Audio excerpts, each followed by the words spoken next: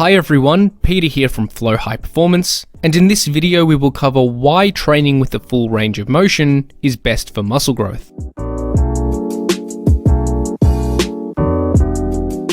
First, we need to define what exactly range of motion means. Range of motion simply refers to the degree of movement during an exercise. To be very specific, this would be measured by the change in joint angle from the start to the end of a movement. Range of motion can be defined in two different ways, via muscle range of motion and via exercise range of motion.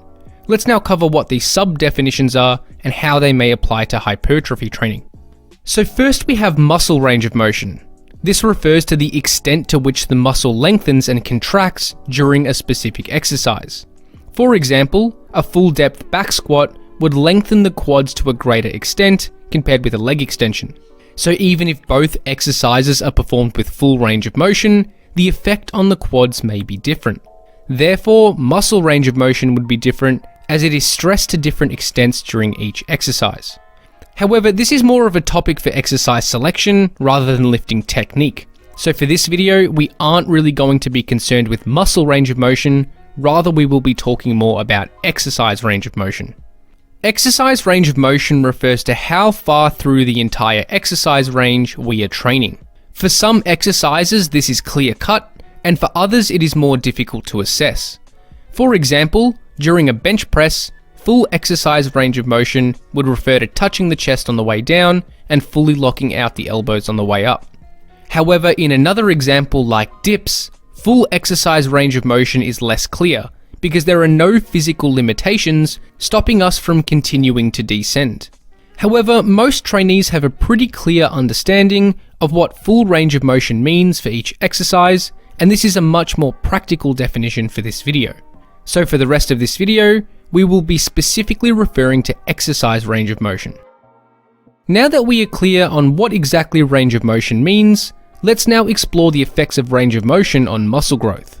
Luckily, we have multiple studies directly assessing how range of motion influences muscle growth. Let's now explore what the research finds.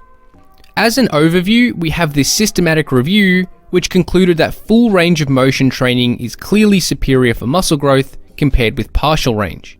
Of the 6 studies we have comparing full versus partial range training, 5 studies found that full range was superior and only 1 study found that partial range was superior. We will look at this one study in more detail later in this video to explore why this may have been the case.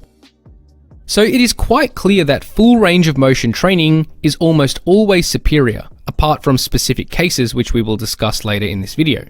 So why is this the case? Why is full range training superior to partial range? Well, there are a few potential mechanisms which might explain why this is the case. The first potential mechanism at play here is total work performed by the muscle during the set. Workload can be calculated in a single set by multiplying the load lifted times the number of reps performed times the distance traveled. Range of motion influences workload by altering the distance which the load is moved through space. Full range of motion training requires a greater total distance to be moved and therefore a greater overall workload performed by the muscle compared with partial range training. For example, if we were to squat halfway down, the distance traveled is far less than the distance it would take to move the load through a full depth squat. It should be noted that there will be some compensation in workload here due to partial range training allowing heavier loads to be lifted. But in most cases, full range training will still likely result in a greater total workload. It is not entirely clear if total workload has a significant influence on muscle growth when sets are taken close to failure. So we don't know if this is really a true mechanism responsible for inducing greater hypertrophy, however, it is certainly a possibility. The second potential mechanism at play here is muscle length. This refers to the length at which the muscle is trained. I believe this is the most likely reason why full range of motion training tends to result in superior muscle growth. Full range of motion training requires the muscle to dynamically contract at longer muscle lengths. There is emerging evidence showing that resistance training at longer muscle lengths has been shown to be more hypertrophic than training at shorter muscle lengths. For example, this study compared hamstrings hypertrophy between the seated versus the lying leg curl machines. Although both exercises were performed with full range of motion, we can see in the black bars that the seated leg curl resulted in superior hypertrophy of all hamstrings muscles compared with the lying leg curl. This is likely because the seated leg curl trains the hamstrings at a longer length compared with the lying leg curl. Furthermore, this study explored the effects of partial range of motion of preacher curls at a long versus a short biceps length. It was found that although the total range of motion was the same between groups, training the biceps at a longer muscle length resulted in superior overall biceps growth.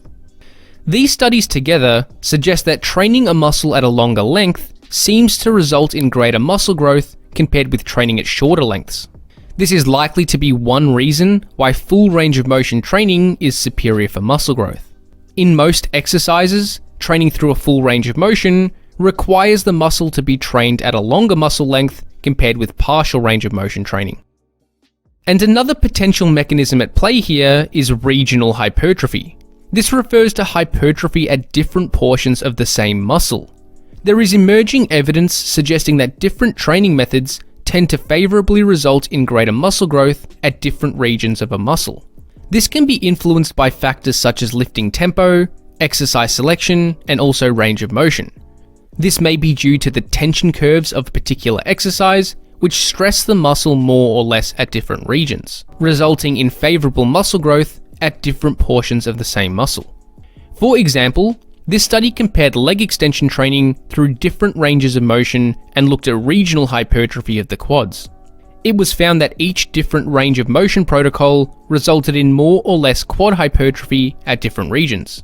This suggests that different points throughout a lift may stress certain regions of the muscle and preferentially hypertrophy those portions.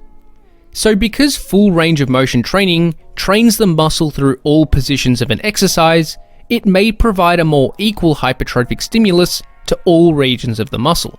This may result in more uniform muscle growth across the entire span of the muscle compared with partial range of motion training. And the last potential mechanism as to why full range of motion training may be superior is due to muscle damage. It seems that full range of motion training appears to result in greater muscle damage compared with partial range. For example, this study compared bicep curl training with full versus partial range of motion on markers of muscle damage. It was found that full range of motion training resulted in greater muscle soreness, reduced strength, and reduced elbow range of motion in the following 72 hours after training. These are all general indicators suggesting that full range of motion training results in greater muscle damage compared with partial range training. While muscle damage is not a direct predictor of hypertrophy, it suggests that the stimulus presented may have been disruptive to homeostasis. In the context of resistance training, this is likely to be a good general indicator that the training stimulus was somewhat effective at promoting hypertrophy adaptations. Furthermore, muscle damage has been theorized as a potential mechanism for muscle growth, although it is not entirely clear if this is in fact the case.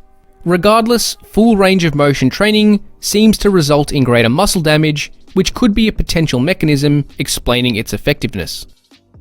So now we have explored the direct effects of range of motion on muscle growth and the potential mechanisms at play. Now we will discuss the indirect effects of range of motion, which will also have an impact on long-term muscle growth.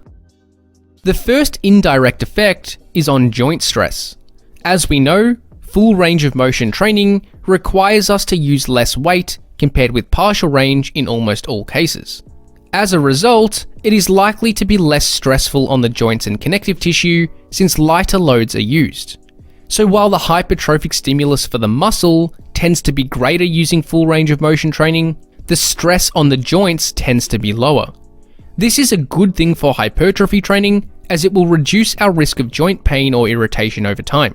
Therefore, with using full range of motion training, we will likely be able to tolerate more volume or a closer proximity to failure for a given exercise or muscle group before we experience joint irritation. So full range training will likely reduce our risk of injury over time and allow us to perform more volume if desired. And the other indirect benefit of full range of motion training is for standardization purposes. If we train with a full range of motion, our technique is more standardized for each rep, so we can be more consistent each session.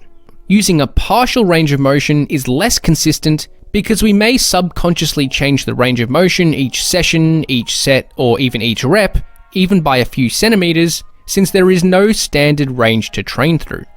This means that tracking performance over time will be more accurate using full range training as more variables are equated over time. So if we see performance improvements over time, they are more likely to be a true reflection of muscle growth since range of motion is controlled for. So far, we have only discussed the benefits of full range of motion training, and in almost all cases, full range training is likely to be the best way to train. However, are there specific cases where partial range training is actually a good idea? Well, there are two potential scenarios I can think of where partial range training may be an appropriate way to train. Let's now cover what these are. The first potential reason is due to the inherent tension curves of some specific exercises. In some cases, there is only significant tension at certain parts of the exercise. Generally, we would want to implement exercises which have a more even tension curve throughout the full range of motion, but this isn't always possible. This idea relates back to the study we mentioned, which found that partial range training was superior to full range in one instance. In this study, trainees performed skull crushes with either a full or partial range, and as we can see, triceps hypertrophy was greater in the partial range group compared with full range training. This is likely due to the nature of the exercise and the specific partial range implemented. The partial range group trained only in the end range where the elbows are flexed. So this portion of the range of motion is where the triceps are at a long muscle length and tension demands are at its greatest. So in this instance, the most effective range was implemented, while the top portion of a skull crusher doesn't really stress the triceps as much. So in certain instances, it may actually be beneficial to isolate the most effective portion of an exercise and not actually perform the rest of the movement, if it doesn't significantly stress the muscle. In most of these cases, I would prefer to seek exercises which have a better tension curve throughout the full range of motion, but sometimes this is not an option for everyone. And the other potential reason to perform partial range training may be due to joint stress or injury. This contradicts what was mentioned earlier, although that was speaking in the context of a regular healthy person with no specific injuries or conditions. In some cases, performing a full range of motion training may actually result in joint pain or irritation. This may be due to injury history, surgery, or a unique anatomical structure. In such cases, it is possible for specific ranges of an exercise to be more irritable than others. I would recommend to change exercises if possible, or adjust technique to still perform full range of motion without irritation, but in some cases, neither of these is possible. So in this specific scenario, it may just be best to avoid the range of motion which irritates you, and just train throughout the range which feels safe and healthy. So to summarize this video, let's establish some practical recommendations. In almost all cases, it seems that full range of motion training is superior for muscle growth compared with partial range. This could be due to multiple mechanisms, including an increase in workload, training at a longer muscle length, more uniform overall muscle development, and by inducing greater muscle damage. Furthermore, full range of motion training can be indirectly beneficial by reducing overall joint stress and standardizing technique. There are some very specific scenarios where partial range training could potentially be favorable due to the tension curve of some exercises or for some people with particularly irritable joints. However, for the most part, trainees should attempt to train with full range of motion and only compromise if absolutely required.